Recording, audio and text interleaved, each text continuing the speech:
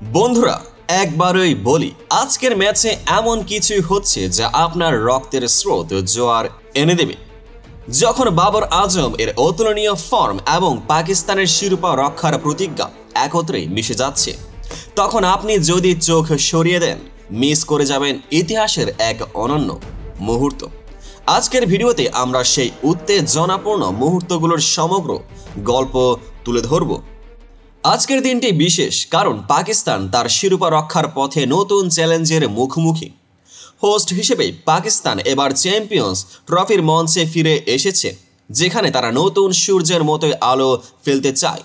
তবে তাদের পথ সহজ নয়, কারণ তাদের বিরুদ্ধে রয়েছে সেই পুরনো প্রতিদ্বন্দ্বী নিউজিল্যান্ড।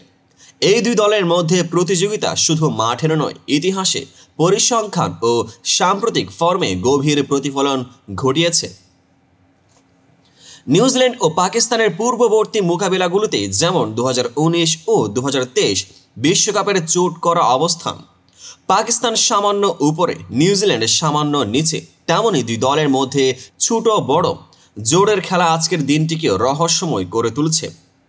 আমরা এমন এক সময়ে বাস করছি যেখানে ওডিআই ফরম্যাটের প্রতি আগ্রহ কিছুটা কমে গেছে, কিন্তু যখন একটি গ্লোবাল টুর্নামেন্টের সূচনা হয় তখন এই ফরম্যাট আবারও প্রাণবন্ত হয়ে ওঠে।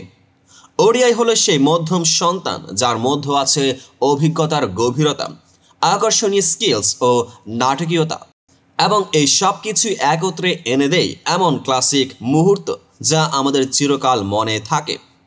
গত দুই ওডিআই বিশ্বকাপ থেকে আমরা এমন মুহূর্ত দেখেছি যেখানে প্রতিটি বল, প্রতিটি চাল যেন জীবনের গল্পের অংশ হয়ে ওঠে। এই প্রতিযোগিতার মাঝে পাকিস্তানের ফর্ম ও প্রোফাইল বিশেষ গুরুত্ব পাচ্ছে। বাবর আজমের শিরোপার মুখোমুখি প্রতিভা। আজকের আলোচনার কেন্দ্রে রয়েছেন বাবর আজম। 21 ইনিংসে শতকের অভাব, তবে এই অভাব মানেই তিনি পিছিয়ে আছেন এমন নয়। দুইটি একক সংখ্যা মাত্র বাদে তার ধারাবাহিকতা, কৌশল ও সামগ্রিক ফর্ম পাকিস্তানের ব্যাটিং অর্ডারে নতুন মাত্রা যোগ করেছে। এখন তিনি নাম্বার 1 হিসেবে মুকুট বাঁধতে প্রস্তুত, যা শুধুই তার ব্যক্তিগত মান উন্নয়নে নয়, দলের গঠনগত শক্তিতেও নতুন আশার আলো জ্বালাবে। বহিরাগত নজরে যেসব ব্যাটসম্যানদের জন্য শতকের অভাব স্বাভাবিক, তাদের সাথে তুলনায় বাবরের ফর্মে রয়েছে এক অস্বাভাবিক গৌরব। পাকিস্তানের ফ্যানরা জানেন, যদি আজকের দিনটি তার জন্য বড় স্কোর নিয়ে আসে, তবে পুরো টুর্নামেন্টের মনোভাব বদলে যাবে। আসুন দেখি সাম্প্রতিক ফর্ম ও টিমের অবস্থা। ফর্ম গাইড অনুযায়ী পাকিস্তানের শেষ 5টি ওডিআই ম্যাচের সিরিজে ছিল lost win lost win win, যেখানে কিছু ম্যাচে দুর্বলতা স্পষ্ট হলেও মূলভাবে দলটির সম্ভাবনা ও আক্রমণাত্মক দিকের প্রতিফলন দেখা যায়। অন্যদিকে নিউজিল্যান্ডের ফর্ম ছিল সামান্য উল্টো পাল্টা, win win win lost win, যা তাদের ধারাবাহিকতা ও শক্তি নির্দেশ করে। Team news. পাকিস্তানের পক্ষে রয়েছে হারিস রফ, যিনি সাম্প্রতিক ট্রাই সিরিজে শারীরিক অসুবিধা সত্ত্বেও নেটে প্রশিক্ষণ চালিয়ে যাচ্ছেন। এর ফলে পূর্ণাঙ্গ 11 দিয়ে মাঠে নামার আশাবাদ রয়েছে। অপরদিকে নিউজিল্যান্ডের পক্ষ থেকে কিছু মূল ফাস্ট বোলারের অনুপস্থিতি, যেমন লোকি ফার্গুসন এবং বেন সিয়ার্স ও রাচিন রবীন্দ্র এর ফিটনেস নিয়ে প্রশ্ন উঠলেও তাদের বিকল্প পরিকল্পনায় পূর্ণ প্রস্তুতি আছে। করাচির ন্যাশনাল স্টেডিয়ামে সাম্প্রতিক দুই ম্যাচে ভিন্ন ভিন্ন পিচের গল্প ছিল। ফেব্রুয়ারির 12 তারিখে দক্ষিণ আফ্রিকার 352 রান, এটি ছিল এক রেকর্ড যা মাত্র কয়েক ঘন্টার মধ্যে পাকিস্তানের হয়ে গেল। কিন্তু পরের ম্যাচে নিউজিল্যান্ডের শীর্ষ স্পিনার উইল ও রোকে ও মিচেল স্যান্নারের জোড়ের সামনে পাকিস্তানের ব্যাটসম্যান হারিয়ে গেল 242 রানে। এই অভিজ্ঞতা থেকেই বোঝা যায় করাচির পিচ মূলত ফাস্ট বোলারদের জন্য চ্যালেঞ্জিং হলেও স্পিনারদের জন্য কিছুটা আরামদায়ক। সম্প্রতি এই স্টেডিয়ামে ফাস্ট বোলারদের গড় ইকোনমি ছিল 6.0 ওভারে, যেখানে স্পিনারদের ইকোনমি ছিল মাত্র 5.11, যা নির্দিষ্ট শর্তে ব্যাটসম্যানদের জন্য চাপ সৃষ্টি করে। এছাড়াও আবহাওয়া হিসেবে বুধবার করাচিতে 29 ডিগ্রি সেলসিয়াসের উচ্চ তাপমাত্রা ও দুর্লভ বৃষ্টির সম্ভাবনা ম্যাচের গতিপথে নতুন মোড় আনতে পারে। এবার জানা যাক কৌশলগত দিক ও ট্যাকটিক্যাল বিশ্লেষণ। টিমগুলো মাঠে নামার আগেই তাদের কৌশলগত পরিকল্পনা ব্যতিক্রমী পরিবর্তন নিয়ে এসেছে।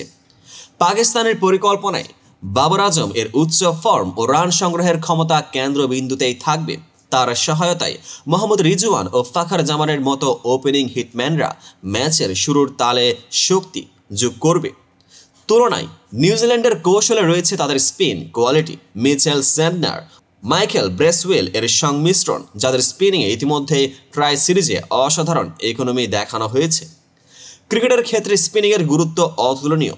যদি পাকিস্তান ব্যাটসম্যানরা তাদের হাত থেকে বলগুলিকে সঠিকভাবে খেলতে না পারে, তবে নিউজিল্যান্ড দ্রুত স্কোর বাড়াতে পারবে। একই সাথে মাঠে টিমের defensive structure, captain Mohammad Rizwan এর নেতৃত্ব এবং প্রয়োজন অনুযায়ী ট্যাকটিক্যাল টাইম আউটগুলো ম্যাচের গতিপথে উল্লেখযোগ্য প্রভাব ফেলবে। ক্রিকেটের এই খেলা শুধুই বল ও ব্যাটের খেলা নয়, এটি হলো মানসিক কৌশল, প্রতিপক্ষের দুর্বলতা খুঁজে বের করা এবং সে অনুযায়ী সিদ্ধান্ত গ্রহণের এক উৎকৃষ্ট উদাহরণ। এবার কিছুটা তুলনামূলক স্ট্যাটাস, ট্রিভিয়া ও হাস্যরস যোগ করা যাক। চলুন দেখি কিছু আকর্ষণীয় তুলনামূলক পরিসংখ্যান ও ট্রিভিয়া। নিউজিল্যান্ড ও পাকিস্তানের মধ্যে 3 বারের চ্যাম্পিয়ন্স ট্রফি মোকাবেলায় নিউজিল্যান্ড সবসময় জয় করেছে 2000, 2006 এবং 2009 সালে। তবে ওডিআইয়ে গত কিছু বছর থেকেই দুই দলের ফলাফল ছিল খুবই নিকটস্থ, যেখানে নিউজিল্যান্ডের সাম্প্রতিক 4 ম্যাচের মধ্যে 3টি জয়ের ছাপ রয়েছে। আরেকটি মজার বিষয়, ড্যারিল মিচেল, নিউজিল্যান্ডের ব্যাটসম্যান যিনি 1000 রান সংগ্রহের সবচেয়ে ভালো গড় 50.42 রাখেন, তার স্কোরিং স্টাইল একেবারেই ফ্রেশ। পাশাপাশি পাকিস্তানের তরুণ ও প্রতিভাবান ফ্রেশম্যানরা যেমন ফখর জামান ও ফাহিম আশরাফ 2017 সালে জয়ী টিমের অভিজ্ঞতা নিয়ে আবারও মাঠে ফিরে এসেছেন। এক কথায় এই ম্যাচে আপনি দেখতে পাবেন কিভাবে অভিজ্ঞতার আলোকে নতুন প্রতিভারা একে অপরকে টেক্কা দেয়, আর কিছু মুহূর্তে হাস্যরস জুড়ে যাবে। যেমন ব্যাটিংয়ের সময় যদি বাবর আজম এর বাউন্স রেট হঠাৎ করে ফ্রিজ হয়ে যায়, তখন সবাই মজা করে বলবে, এটি কি ক্রিকেট নাকি শীতকালীন অবকাশ? এবার দেখি প্রেডিকশন ও চূড়ান্ত মন্তব্য। আজকের ম্যাচে প্রতিযোগিতা ও উত্তেজনা দুটোই সর্বোচ্চ মাত্রায় থাকবে। পাকিস্তানের তরমুন্দাম ব্যাটিং ও বাবর আজমের ফর্ম যদি চমকপ্রদ থাকে, তাহলে পাকিস্তান তাদের শিরোপা রক্ষার পথে দৃঢ় অগ্রসর হতে পারে। তবে নিউজিল্যান্ডের স্পিনিং কোয়ালিটি ও গতিশীল ব্যাটিং, বিশেষ করে মিচেল স্যান্টনার ও মাইকেল ব্রেসওয়েলের সংমিশ্রণ তাদেরকে বিপুল চ্যালেঞ্জ দেবে। আমাদের প্রেডিকশন অনুযায়ী যদি পাকিস্তান তাদের অভিজ্ঞতা ও নতুন প্রজন্মের শক্তিকে ভালোভাবে একত্রিত করতে পারে, তাহলে তারা মাঠে প্রাথমিক উপরের প্রভাব তৈরি করতে সক্ষম হবে। তবে নিউজিল্যান্ডের বিরুদ্ধে ম্যাচটি কখনোই সহজ হবে না। তাদের প্রতিপক্ষের কাছ থেকে প্রত্যাশিত ট্যাকটিক্যাল চ্যালেঞ্জ ও হঠাৎ পাল্টা হামলা ম্যাচকে নাটকীয় করে তুলবে। আজকের এই খেলার ফলাফল শুধু দুই দলের সাম্প্রতিক ফর্মের প্রতিফলন হবে না, বরং তা হবে ক্রিকেটের গভীর কৌশলগত জগতে নতুন অধ্যায়ের সূচনা। পাকিস্তানের ক্যাপ্টেন মোহাম্মদ রিজওয়ান এর উক্তি মনে রাখবেন, আমরা সবাই সমান।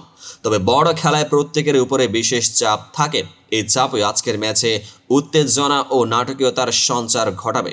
বন্ধুরা, আজকের ভিডিওতে আমরা বাবর আজমের অনন্য ফর্ম থেকে শুরু করে টিমের কৌশলগত পরিকল্পনা, পিচের পরিস্থিতি ও ম্যাচের বিশেষ মুহূর্তগুলো নিয়ে বিস্তারিত আলোচনা করেছি। যদি এই বিশ্লেষণ আপনার ভালো লেগে থাকে, তাহলে অবশ্যই শেয়ার, লাইক ও সাবস্ক্রাইব করতে ভুলবেন না। পেজটিকে এখনই ফলো করুন। চলুন ম্যাচের দিন দেখে বোঝা যাবে এই উত্তেজনাপূর্ণ যাত্রার পরবর্তী অধ্যায় কী নিয়ে আসে। আজকের এই প্রতিযোগিতা শুধু এক ম্যাচ নয়, বরং তা আমাদের সকলের জন্য একটি নতুন ইতিহাস রচনা করার সম্ভাবনা। ক্রিকেটের এই মহাকাব্যে প্রতিটি বল, প্রতিটি ইনিংস নতুন কিছু শেখায়। আসুন আমরা সবাই মিলে এই উত্তেজনা ও প্রতিযোগিতার সাক্ষী হই।